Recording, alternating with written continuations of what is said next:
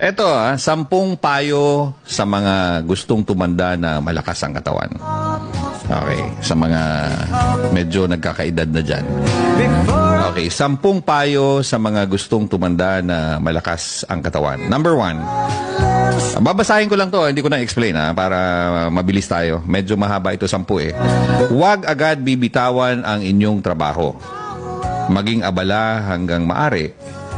Ito ang magpapanatili sa iyong kabataan na labis mong ikaliligaya. Buliskiti niya. Ikaliligaya. Okay.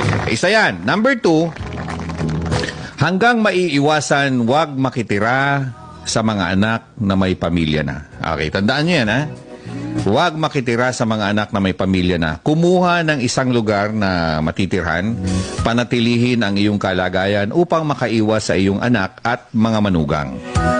Ang makitira sa kanila ay magiging sunod-sunuran ka lamang, hindi makakapagdesisyon sa sarili mo at mawawalan ng karapatan na labis mong ikalulungkot. In other words, tatanda ka. Okay. Number 3, hawakan ng mahigpit ang inyong baul, kung may baul ka. Kung magbibigay ng pera sa anak, yung kaya mo lamang at laging magtira ng malaking bahagi para sa sarili mo. Ang libro ng bangko na may laman ay magandang kaibigan sa inyong katandaan. Subalit, hindi ito sapat. Hindi sapat yan. Mauubos din yan, lalo na pag hindi mo dinidepositoan.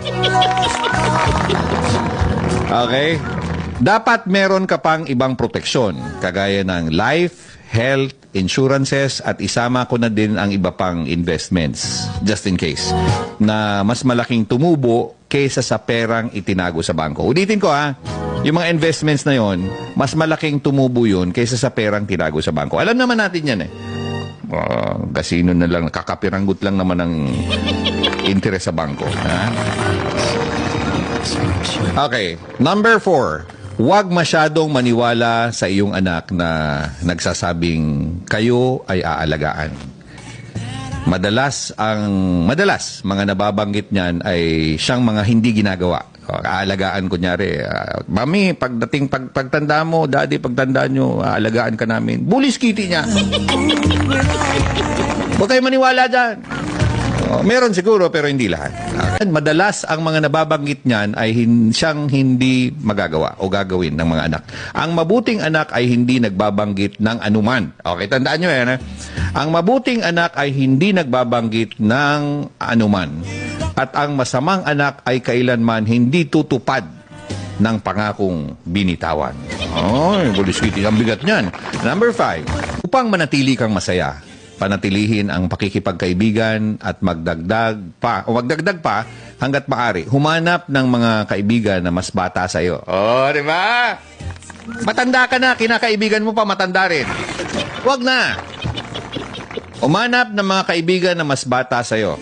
Ang matatanda ay malapit ng mamahinga at ikalulungkot mo ng labis ang paghahanap ng kapalit. Kung ang kasama mo puro matanda, sooner or later, may malalagas dyan. O pag nawala yung isa, malulungkot ka. Diba? Madidepress ka and, so on and so forth. Tatanda ka. Okay? Sumali sa mga magagandang asosasyon, grupo, kooperatiba o apostolada. Number 6, maging maayos, laging maganda. Ito maging maayos, laging maganda, malinis at mabango. Ang katandaan ay hindi dahilan upang ikaw ay maging madungis at nanlilimahid.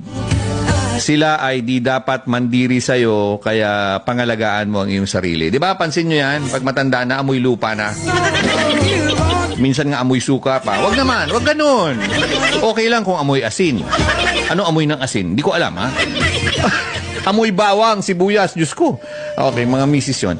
Number 7, maging abala sa paggawa ng kabutihan sa kapwa.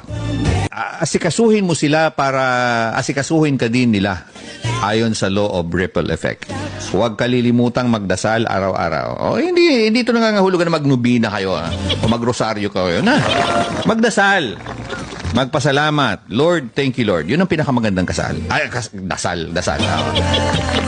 Number 8. Number 8, huwag panghimasukan ang bahay o ang buhay ng inyong anak. Ulitin ko, huwag panghimasukan ang buhay ng inyong anak.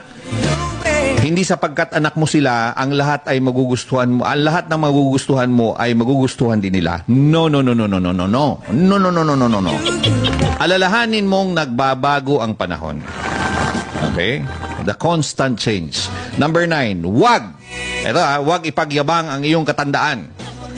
Hindi sapagkat ikaw ay lumilinya na sa 80 ay napakarunong mo na. Minsan nga may 1-year-old lang, mas magaling pa sa'yo. Oo, totoo yan. 1-year-old, 2 years old naman. Isa-isip mo na hindi mo taglay ang lahat ng karunungan sa mundo. Huwag mong isipin na ang katandaan ay kalagayan upang maging inutil ka, ulyanin ka, at wala kang silbi sa buhay. Makipagpaligsahan ka sa lahat ng bagay para may dahilan ang bawat pagising mo sa umaga. Kasi kung wala ka ng dahilan, bakit ka bumabangon sa umaga? Wala ka na, be.